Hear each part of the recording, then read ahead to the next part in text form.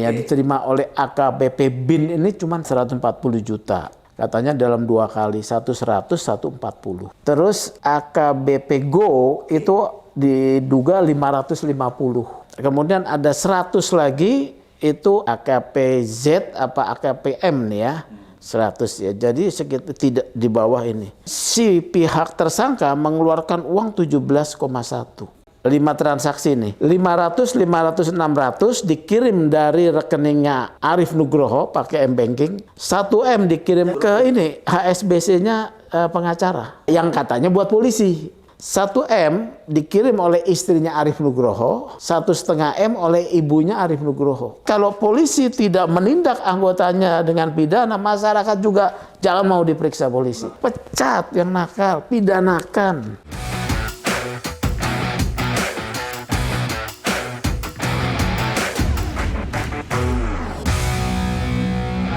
Selamat datang di channel Abraham Samad Speak Up. Seperti biasanya netizen, hari ini saya menghadirkan tamu yang luar biasa. Ini sahabat kita semua, Mas Sugeng Teguh Santoso. Assalamualaikum Mas Sugeng. Waalaikumsalam Bang Abraham Samad. Asa. Ya. Netizen, walaupun Anda sudah kenal, Mas Sugeng ini Ketua Indonesian Police Watch. Iya. Bang Sugeng, ini kita dikejutkan ya, publik tiba-tiba diguncang. Ya. Sedih juga campur marah karena ada peristiwa pemerasan oleh berturut-turut lagi. Oleh oknum Iya, polisi, kita oknum. sebut oknum polisi ya. Saya setuju Bang, tetap harus kita sebut oknum, Iya, ya. oknum Walaupun polisi. kita sudah marah sekali segala macam gitu ya. Iya. Ya institusi harus dijaga. Kita harus selamatkan ya. Selamatkan. institusi Oknum polisi. yang kita harus kita harus sikat ya. Jadi ini kan awalnya itu bermula dari kasus pembunuhan ya Bang ya. Kasus pembunuhan sadis di sebuah hotel dengan korban anak berumur 16 tahun berinisial FA. Dan Bang, AN ya. Ya ironisnya bukan kasusnya yang diusut tuntas. Kan gitu kalau menurut pemerasan. saya. Ya, justru terungkap 2 perwira menengah Polri, AKBP BIN dan AKBP GO. Ya. Dan beberapa rekan lainnya secara bersama-sama memeras tersangka pelaku pembunuhan, yakni Arif Nugroho alias Bastian dan Bayu Hartoyo, untuk menyerahkan duit agar kasusnya di SP3K. Nilainya nggak tanggung-tanggung Bang. Ada yang menyebut 17 M, ada yang menyebut 12 M. Bisa nggak Mas Sugeng jelaskan kepada kita nih? Clear ya bahwa Arif Nugroho, jadi uang ini keluar dari Arif Nugroho. Itu clear ya? Clear ya. Okay. Karena Arif Nugroho ini memang memiliki uang dan dia dari keluarga yang mampu. Karena diberitakan bahwa dia adalah anak salah satu pemilik Prodia, walaupun Prodia membantah ya. Ya, tetapi AKBP BIN ya itu dalam bantahan rilisnya juga menyatakan anak Prodia ya.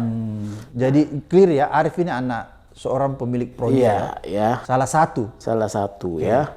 Nah, ini kita kembali dulu Bang soal Renstra-nya Polri Bang ya. Renstra Polri 5 tahun terakhir ini kan 2025 ini kan masuk pada satu layanan yang excellence ya. Setelah pendekatan teknologi, setelah peningkatan kapasitas anggota, pelayanan excellent. Tapi rupanya siklus isu yang beredar tetap isu yang lama, yaitu adanya penyalahgunaan kewenangan. Boro-boro kalau orang Jakarta bilang ya, layanan yang excellent. Ini abuse of power dan menjadi viral ya. Jadi ibaratnya masih penyakit lama 86. Iya, 86 Bang. Sampai saya gregetan ya. Apakah ini DNA daripada oknum ya? Oknum polisi penyidik ya. Jadi DNA kan sifat yang melekat ya, pemeras itu ya. Karena kan berturut-turut belum lama kasusnya DWP, kasus ini muncul. Kejadian lagi Semarang Bang. Semarang ada 2 polisi tingkatnya itu ya, memeras 2 sejoli sedang pacaran, diperas 2,5 juta, akhirnya dapat 1,5 juta. Tapi ketahuan masyarakat kan, dikepung, akhirnya ditindak cepat oleh Kapolresta, ya ditahan sekarang. dalam waktu 2 hari lah. Nah, jadi layanan excellent ternyata kita didatangi dengan berita pemerasan. Apakah ini pemerasan atau suap? Akhirnya saya menganalisis Bang. Ya. Saya cek kanan, cek kiri, cek kanan, saya dapat informasi ya. Rupanya yang diterima informasinya ya diterima oleh AKBP BIN ini cuma 140. Ya, 140 juta. Katanya dalam 2 kali, 100, 140. Ya. Terus informasi AKBP Go itu diduga 550. Ya. Kemudian ada 100 lagi itu AKP ya. AKP Z apa AKP M nih ya. 100 ya. Jadi sekitar tidak di bawah ini. Informasi ini informasi ya. Jadi informasinya. Tetapi si pihak tersangka mengeluarkan uang 17,1. Itu clear ya? Clear ya, diulang-ulang clear ya. Setidak-tidaknya lebih daripada 5, lebih daripada 14. Jadi kuncinya di mana? Padahal berarti kalau tadi kita jumlahkan yang tadi Abang bilang itu berarti 1M ya? 1M, ya. Yang lain kemana nih? Ada lagi dikeluarkan untuk perdamaian 300 juta dan 50 juta. Ya. Katakanlah 1,1 ya. Kemana?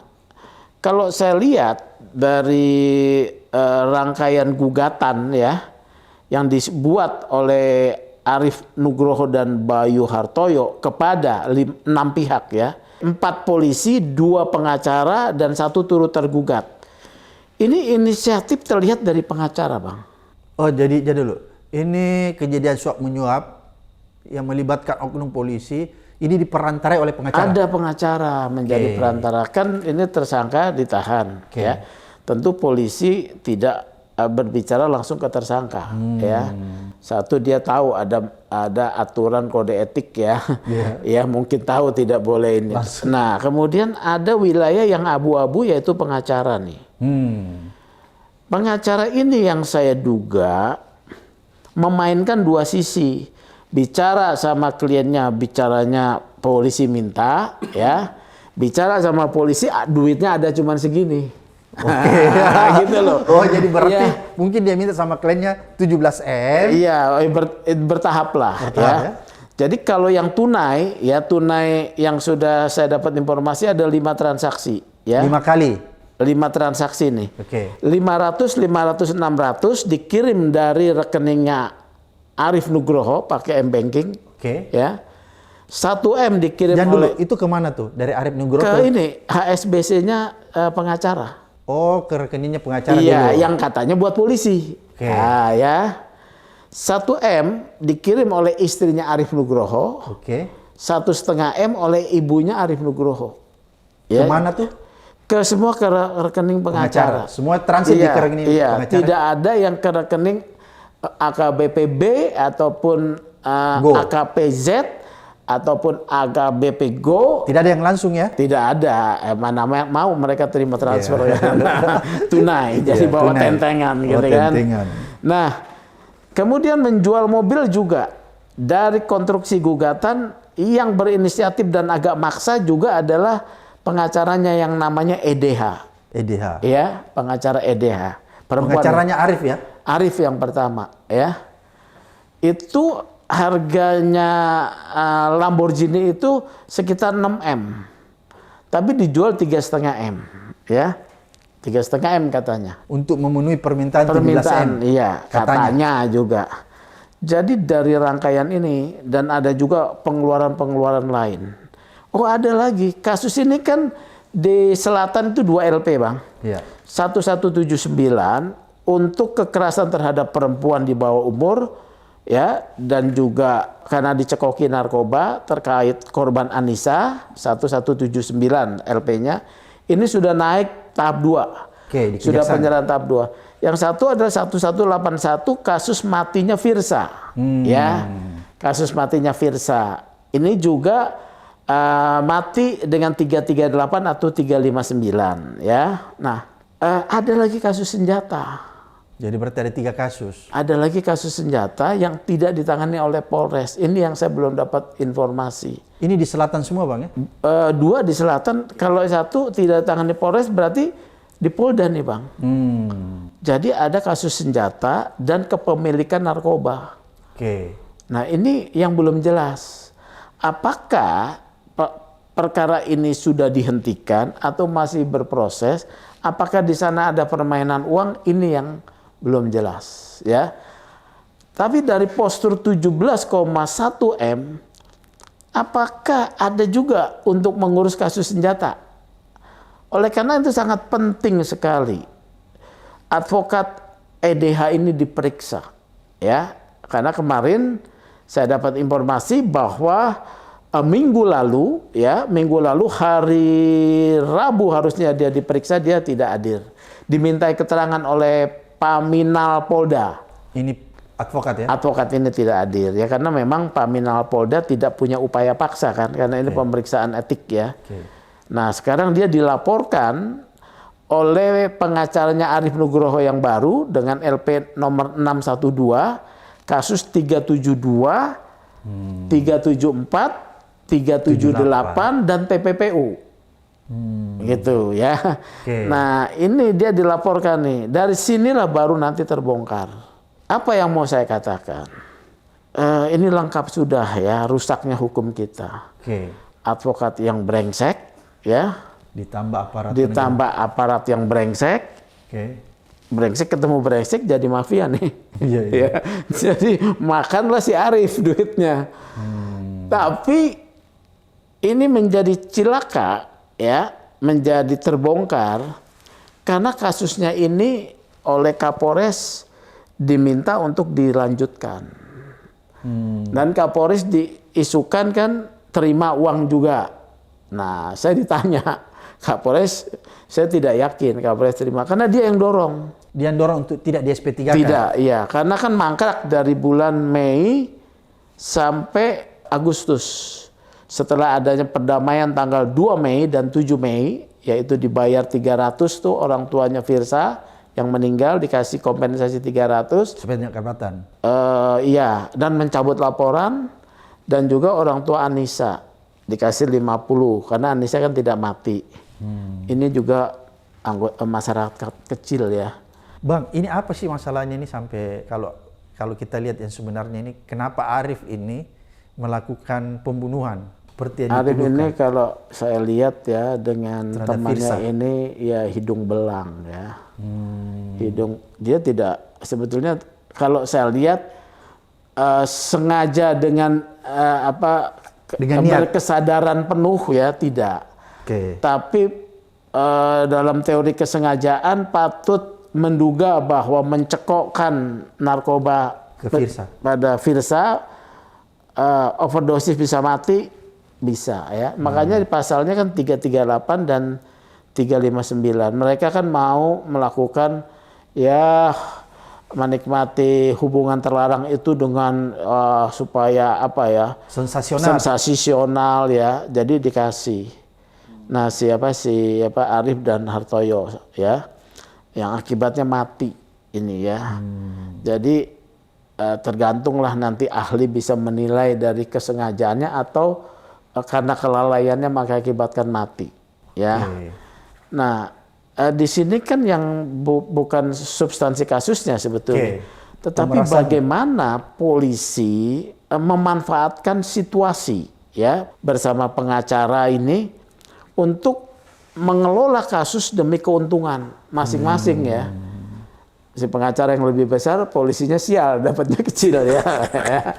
Jadi melihatnya kan begitu. Dia lihat, oh ini kita kenakan 359, ya mungkin rundingannya begitu ya. 359 unsurnya kita arahkan ke sana supaya seperti laka lantas, ya. Laka lantas bisa didamaikan ya. Tapi ini kalau laka lantas kan tidak saling kenal. Kalau ini kan saling kenal nih ya. Kemudian ada tindakan kesengajaan memberikan narkoba ya. Nggak bisa juga 359 ini ya. Jadi didamaikan mau ditutup, terbongkar ya. Oke, berarti kalau begitu Mas Sugeng lihat peran advokat pengacara ini paling dominan ya? Penting Bang dalam penegakan hukum ya. Karena kan kita yang bisa memastikan satu proses itu benar atau tidak kita dijamin oleh undang-undang ya. Oke. Walaupun hambatannya banyak. Saya juga agak aneh ya dengan oknum polisi yang tidak suka pada advokat yang korek.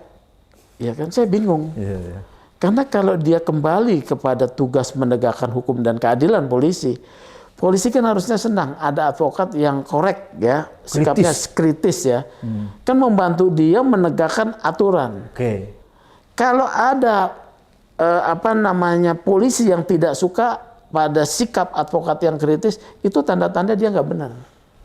Ini saya sering sampaikan. Oke. Ya. Kalau dia benar dikritisi, harusnya tenang saja.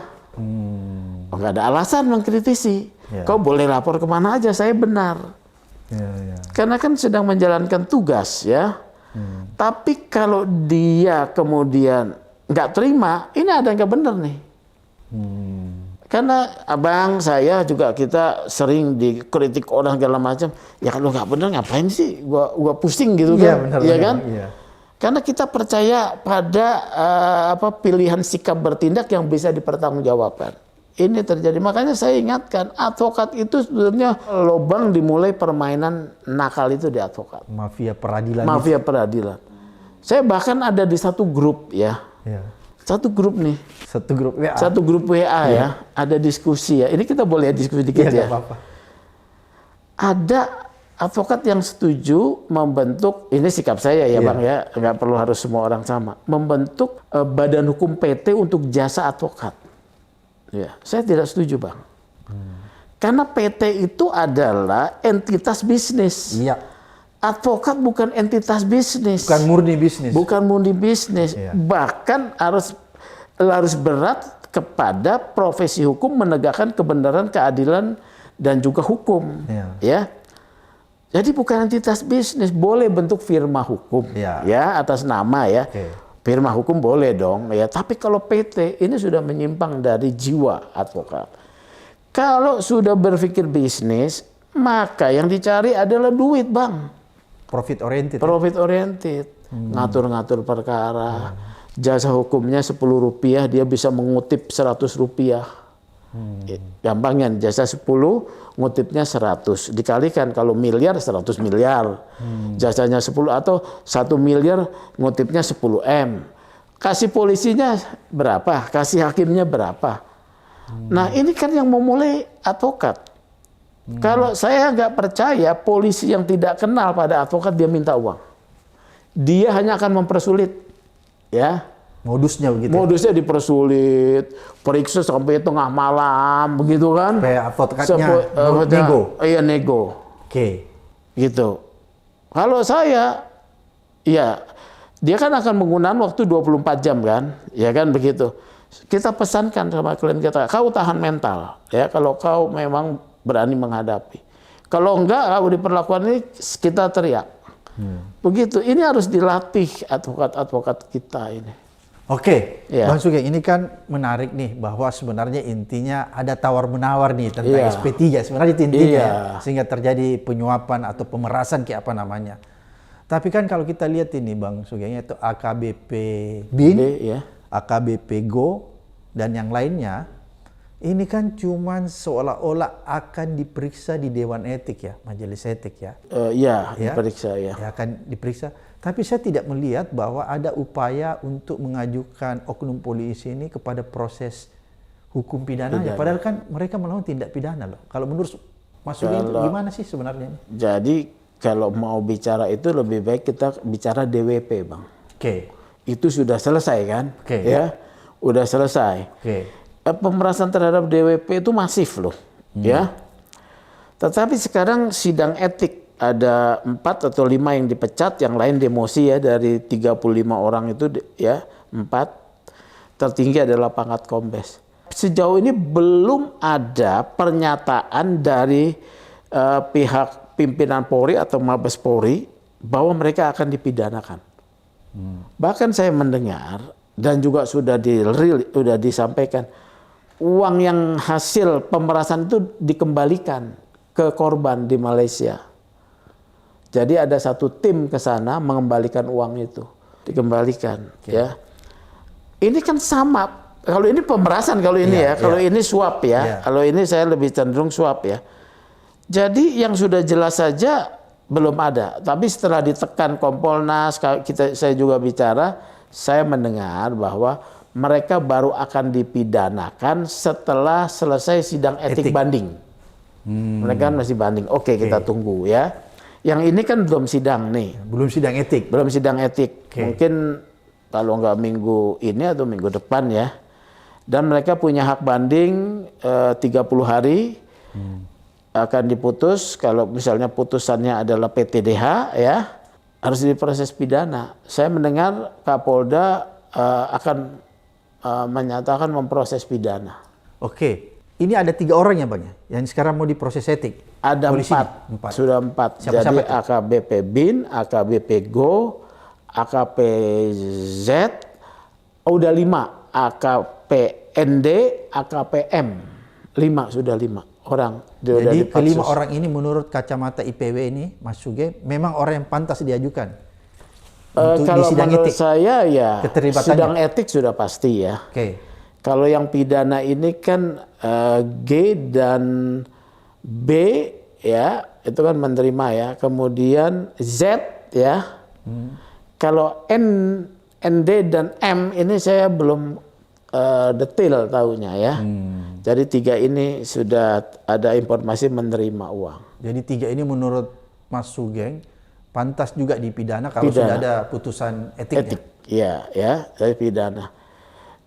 Ini mengenai Kapolres menurut Mas Sugeng. Nah, Kapolres kan saya mendapat informasi ketika kasus itu mandek di bulan Agustus, BIN dipindahkan atas rekomendasi Kapolres ke Polda. Karena dalam ANEF ya, analisa evaluasi, si AKBP Bintoro diingatkan selalu proses lagi tapi mandek. Diingatkan oleh Kapolres? Iya, Kapolres ya, dipindahkan ke Polda, diganti AKBP GO. Di zaman AKBP GO ini berjalan proses ya. Nah, saya tidak tahu informasinya mengapa kemudian dia juga terlibat gitu loh. Terpengaruh. Iya, ya. Apakah itu bujuk rayu dari advokat? Saya rasa ya, atau mungkin juga dia minta bagian ya. Karena begini, ada momen ya, DLP 1179, jaksa pada 16 Desember sudah menyatakan P21. Dan meminta untuk tahap kedua. Tanggal 17 Desember, Polres mengirimkan surat kepada 2 tersangka kan di luar karena penangguhan penahanan. 2 tersangka untuk datang ke Polres untuk diserahkan dengan berkas perkara ke jaksa. Mereka nggak datang-datang. Dari 17 mereka ditangkap tanggal 21 Januari. Apakah di ruang ini mereka memberi uang? Sehingga AKBP GO itu menerima uang di ruang ini. Jadi mungkin ada itu, ya udahlah kamu lari atau apa ya. Kita nggak tahu. Karenanya di Desember diberikan uang itu. Jadi posisi Arif nih sekarang, Mas Sugeng, apakah ini menjadi kunci? Sepertinya dia siap dengan resiko ya. Jadi saya juga harus apresiasi Arif ya. Jarang ada tersangka yang mau mengambil resiko kena lagi perkara suap. Jadi Arif ini luar biasa ya. Iya, dia udah. Sekarang Arif lagi di mana nih posisinya? Dia di Rutan Cipinang. Ya. Saya dapat informasi dari sumber di Rutan Cipinang bersama juga Hartoyo ya. Dan saya tahu betul ada di sana. Gitu ya. Hartoyo ada di sana karena media sempat meragukan itu Arif benar apa bukan, karena waktu di expose di bulan April ya, peristiwa itu kan tanggal 23, 24 sekitar akhir April mereka ditangkap, itu kan pakai sebo. Tapi diragukan. Nah, tetapi saya dapat data foto ya. Dari sumber lah ya. Betul dia ada. Jadi dia tetap ada ya. Ada di Rutan. Ditangkap kan tanggal 21 Januari. Jadi bukan datang diserahkan, ditangkap dia. Karena ditekan juga kan oleh Kapolres kan, mungkin ya. Tangkap gitu loh. Jadi cerita Kapolres terima uang 400 juta dari informasi dari kuasa hukum Arif yang baru, yaitu harus dihargai ya. Biar aja itu diproses di Propam ya, Mabes Polri untuk pangkat kombes. Tapi analisis saya tidak yakin dia terima. Oh, menurut Mas Sugeng, Kapolres yang nggak terlibat ya, karena dia memerintahkan. Enggak, tidak yakin. Oh, tidak tergantung hasil pemeriksaan. Tidak yakin karena dia yang dorong kasus ini. Oh, dia nggak mau SP3 kan? Iya, kalau dia SP3 kan misalnya, ya kan? Ya, itu bisa bukti. Bisa aja, ya dia setuju gitu. SP3 kan harus dia yang tanda tangan. Iya. Atau dari gelar dia yang pimpin kan? Oke. Ini nggak terlihat ya? Tidak terlihat, karena kalau gelar kan Kasat sebagai yang penyaji, Wakapolres atau Kapolres sebagai pimpinan gelar kan, untuk menilai kan. Oke. Dan kesatuan dari Propam, dari hukum, dari kesatuan lain kan ikut memberikan penilaian. Oke. Jadi ini pandangan saya ya. Tidak yakin ya? Tidak yakin. Walaupun Kapolresnya dilaporkan, Iya, diproses ya. proses juga. Iya, saya dengar juga dimintai keterangan oleh Propam Mabes Polri. Jadi Mas Sugeng sebenarnya ingin katakan bahwa kalau ingin membongkar kasus ini terang benderang, harusnya advokatnya yang digali lebih dalam. Digali ya, uangnya dari mana itu mudah bang. Karena kan pengirimannya kepada rekening ya. Ya. Penjualan mobil pun masuknya ke rekening dia berapa. Oke. Ya. Apakah 6, 4, 3,5 dari pembeli mobil namanya Dika Pratama ya, masuk ke dia. Kan waktu itu dia menganggap kasus ini udah selesai karena ada pencabutan segala macam. Saya yakin dia dengan santai mentransfer uang itu, ya kan? Dan menenteng. Iya, menenteng ya kan? membawakan. Sudah gampang sekali. Ini tinggal diproses percepatan di Polda LP 612 sehingga pengacaranya ini. Nah, saya semakin melihat ke sini bang ya, pengacara kita nggak ngerti soal kode etik bang. Dia mengabaikan. Iya, ngeri. Nggak ngerti atau pura-pura nggak ngerti, Bang? Nggak ngerti, Bang. Oh, gitu. Nggak ngerti, Bang. Jadi, tadi kan diskusi soal PT, mendirikan Advokat yang advokat mendirikan. dengan PT. Itu udah nggak cocok dengan kode etik, Iya, gitu loh ya. Tapi katanya kan tidak ada larangan loh. Etik itu bukan larangan hukum. Iya. Tapi ukuran kepada nilai-nilai yang kau yakini gitu loh. Soal moralitas. Moralitas gitu loh. Oke. Bang Sugeng, ini kan menarik ya, peristiwa pemerasan ataupun penyuapan yang melibatkan oknum Polri ini bukan kali ini saja terjadi. Iya. Sudah berkali-kali. Tapi terus berlangsung. Ini apa sih yang menyebabkan?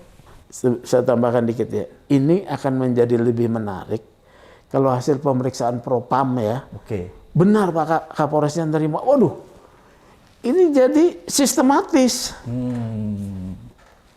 Kasat udah diganti, Kasat ini saya berharap tidak ya. Oke. Saya berharap tidak ya. Sesuai dengan keyakinan Mas Sugeng. Iya ya, satu. Yang kedua, kok sedih amat institusi polisi kita begini. Oke. Ya, itu ya. Mengapa ini terjadi kan pertanyaannya Ya. Bang? Secara teknis dulu Bang ya. Oke. Karena di dalam ruang penyelidikan dan penyidikan itu kan tertutup, kewenangan penyidik besar, ya tertutup dengan Powerful ya? powerful, tertutup ya. Oke. Karena tertutup, maka orang-orang yang punya bakat menyalahgunakan kewenangan, bakat ya, DNA, berarti oknum ya, itu akan menyalahgunakan. Setidak-tidaknya ada beberapa tahap Bang. Kayak bikin LP Bang, ya. Oke. Bikin LP kan harus ada rekomendasi dari piket Yang menerima. serse yang menerima, piket serse. Ya. Dia menanya segala macam, wah nggak bisa nih, belum memenuhi nih, dia bilang. Jadi nggak dibuat rekomendasi. Di situ kan kecewa pelapor, tolonglah Bang, begini. Di situ kalau di sininya ini memang nakal, terima baru bikin rekomendasi. Oke, menarik. Berarti mulai dari tingkat pelaporan saja Sudah ada permainan duit di iya, situ. Orang bisa nggak mungkin potensi. perkaranya bisa tembus kalau nggak bayar di Iya. polisi. Iya buat oknum ya. Kalau saya sih tembus. Saya berani berdebat. Mas Sugeng. Iya. Karena orang tahu Mas Sugeng ini ketua IPW. Tim saya juga. Tim saya suruh debat. Oke. Gitu ya. Bicara tentang dua alat bukti. Bicara tentang perbuatan ya. Kalau memang lemah, memang kita kan juga bisa menerima. Tapi kalau kuat dihalang-halangi, oh nggak bisa. Saya laporin kamu. gitu ya. Tapi Jadi kalau masyarakat umum biasa langsung menyerah. inilah yang harus kita didik, kita latih. Ya jangan masyarakat umum, pengacara aja nyerah bang. Oke, jadi pengacara yang Iya, melakukan bahkan ya. ada yang bangga pengacara diupload tuh ya di grup bahwa rekomendasi pelaporan itu ditandatangani oleh wakil direktur. Ya, perkara besar ya. Saya Dengan ketawa. bangganya. Ya. Nah, kemudian kan naik setelah LP diterima tentu ada penyelidikan. Oke. Nah, ini yang paling rawan di penyelidikan, Bang. Karena kalau penyelidikan dinyatakan tidak memenuhi syarat untuk naik sidik, dihentikan, tidak ada upaya hukum. Menurut Perkap penyelidikan dan penyidikan cuman appeal atau komplain kepada atasan penyidik. Oke. Yang padahal dia yang main. Ya kan kalau emang main ya. Oke. Jadi ketika mau penyelidikan naik ke sidik, itu kan ada gelar perkara. Oke. Yang oknum bisa nakal juga gitu. Tapi kalau kami nggak pernah digituin ya. Karena kami saya bilang kita keras, makanya kalau klien datang ke saya, aduh saya nangani kasus dengan cara begini ya. Saya bilang kantor saya waktu saya masih praktek, sekarang kan saya sudah nggak ya. Gini ya, kalau mau silakan, tidak mau ya sudah gitu ya. Sudah. Nanti sudah naik sidik. Penetapan tersangka pun begitu ya. Penangguhan, pelepasan gitu ya. Di sini wilayah kalau memang oknumnya nakal, di situ adalah wilayah transaksional. Tapi ada juga penyidik yang bagus ya. Ya, misalnya ada hambatan dikomunikasikan, hambatannya begini nih, Bang. Dia tidak datang, ya kita panggil lagi. Ada yang bagus begitu. Kita temui juga, ya ada banyak. Di sini yang dibutuhkan adalah ketahanan mental dari advokat. Ya, kalau dipersulit, kalau misalnya lama-lama tembus dengan berbagai cara, jangan nyerah, gitu ya. Oke.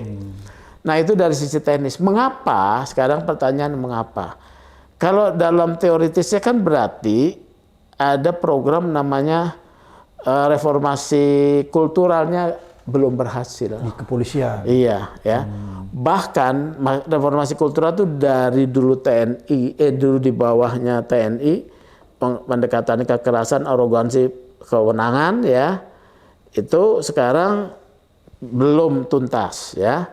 Yang kedua, kewenangan yang besar diberikan, bukannya digunakan untuk menumbuhkan kepercayaan publik, oleh oknum dimainkan.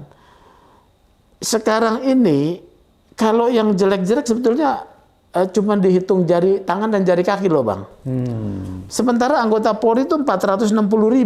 Oke. Yang nakal kan, yang viral ini kan yang nakal. jari Sedikit tangan aja. Oke. Bisa dihitung ya? Bisa dihitung jari tangan, jari kaki.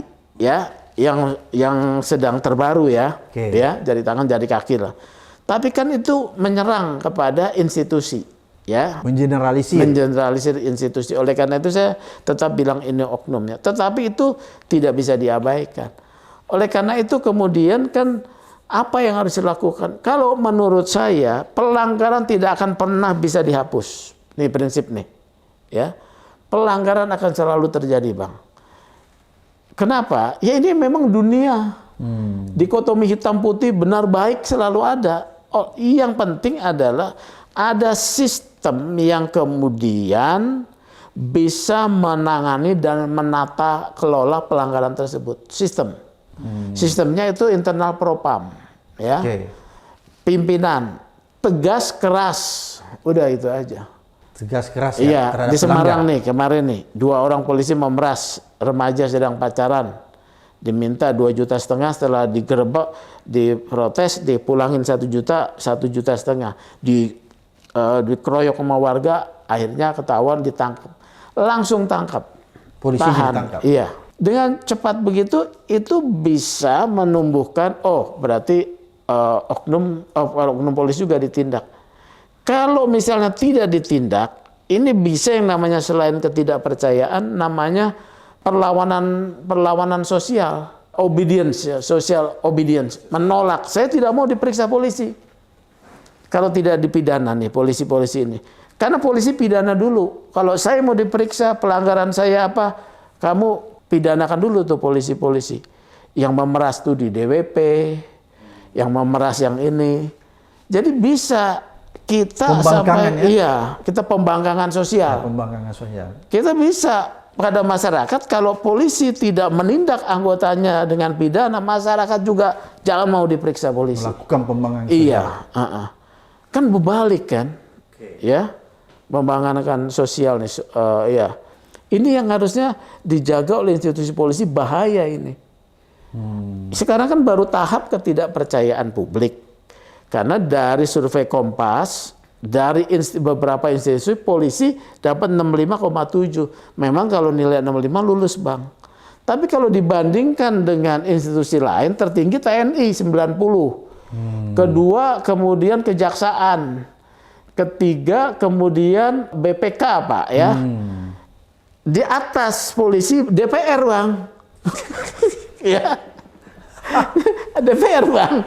Nah, tapi kalau di sini polisi paling rendah kan imbas, ya, dari jumlah anggota yang nakal tapi sudah diviralkan. Nah, ini butuh kesadaran bersama para anggota polisi bahwa tindakan Anda, ya, itu mencemarkan institusi Anda. Kalau Pak Kapolri sekarang bilang bikin sosial media, kan, kemarin dalam rapim, menurut saya bukan itu. Bukan itu jalan keluarnya. Iya, pecat yang nakal, pidanakan. Udah deh, gitu aja. Kenapa Pak Kapolri tidak melakukan pecat dan pemidanakan? Ya ini lagi proses. Tapi kan prosesnya harusnya tetap dikawal. Kalau harusnya nggak perlu dong Kompolnas ngawal, IPW ngawal, ya. Sampaikan kita akan pidanakan. Kan hasil pemeriksaan Propam mungkin sudah ada indikasi pidana. Iya. Ya, jangan sampai masuk angin. Tegas saja, kita akan pidanakan. Yang ini kita akan pidanakan. Itu menjawab keraguan masyarakat. Iya, karena kan begini, Mas Sugeng, kita melihat ini kan cara penanganan Polri ini tidak equal juga, ya. Misalnya ada nih kayak kasus apa yang narkoba dulu yang melibatkan Kapolda. Terus Sambo itu kan cepat ditangani. Kenapa kasus-kasus yang akhir-akhir ini? Oh enggak, ada, Bang. Di mana? Di Batam. Itu 9 orang anggota polisi menjual apa? Narkoba dipecat, sekarang pidana proses jalan, ya. Sudah mulai jalan, ya? Ya. Ya, proses pidana karena Propam Polda Kepri, ya, itu langsung memeriksa.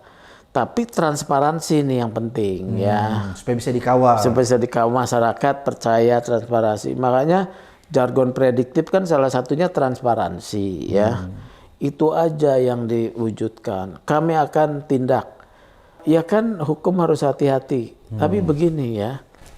Kehati-hatian itu adalah menjadi tugas daripada internal pemeriksaan supaya tidak abuse.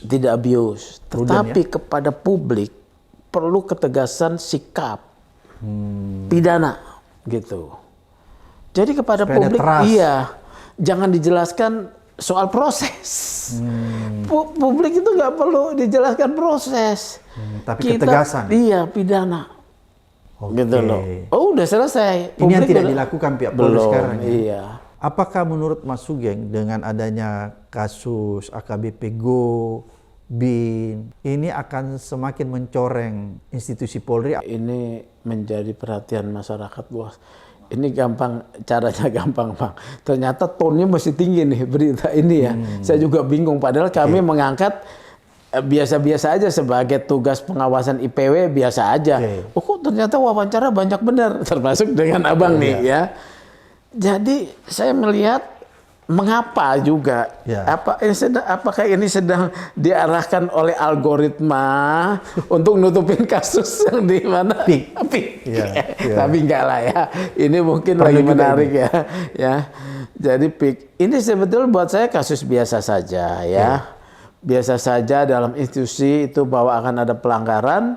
Oleh karena itu ada regulasi penindakan, regulasi pengawasan, ada lembaga penindakan, lembaga pengawasan, tinggal dioptimalkan, gitu loh, ya. Mas Sugeng, apa nih konkretnya supaya ini tidak terulang lagi? Walaupun tadi Mas Sugeng bilang nggak mungkin, pelanggaran itu pasti selalu ada, tapi kan paling tidak kita meminimalisir supaya ada trust, kepercayaan masyarakat terhadap institusi Polri. Apakah termasuk jalan keluarnya harus mengganti pucuk-pucuk pimpinan Polri? Itu banyak ditanyakan ke saya, ya. Oke. Ya. Banyak ditanyakan, kalau mengganti itu urusan presiden. Iya. Ya. Utusan presiden. Tapi apakah itu menjadi salah satu jalan keluar? Kan kadang-kadang orang kalau terlalu lama di satu tempat itu jadi Ya. capek juga, mungkin dia jenuh, sehingga Ya, dia perlu mungkin penyegaran. perlu penyegaran, ya, perlu penyegaran karena memang Pak Kapolri sudah cukup lama, ya. Oke. Tetapi kan tidak itu jalannya, ya. Ini kan Mas Sugeng kenal baik nih Pak Sigit ya? Enggak, saya nggak pernah bertemu, ya. Katanya dulu, ya, ketua IPW dulu tuh teman-temannya Kapolri. Kok sekarang enggak ya? Saya bukan nggak teman juga bukan musuh, ya. Iya. Tapi saya belum pernah bertemu dan belum sekalipun sapa menyapa. Jadi tidak tahu persis Tidak profilnya. tahu persis, ya. Oke. Tidak tahu persis. Tapi memang saya berharap Pak Kapolri tegas, gitu ya.